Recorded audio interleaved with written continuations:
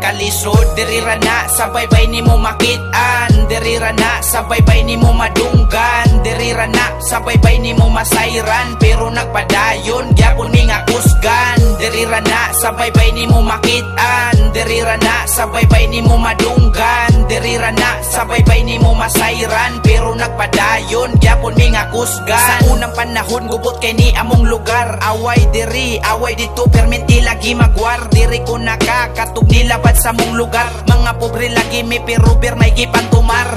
Mga bata diri kibaw na mangita kwarta, basta ni mo dunggo man ang paradayon sa kaila. Ang mga tiradas batanon magilaw sugba, iniguman tuba-tuba day tirada.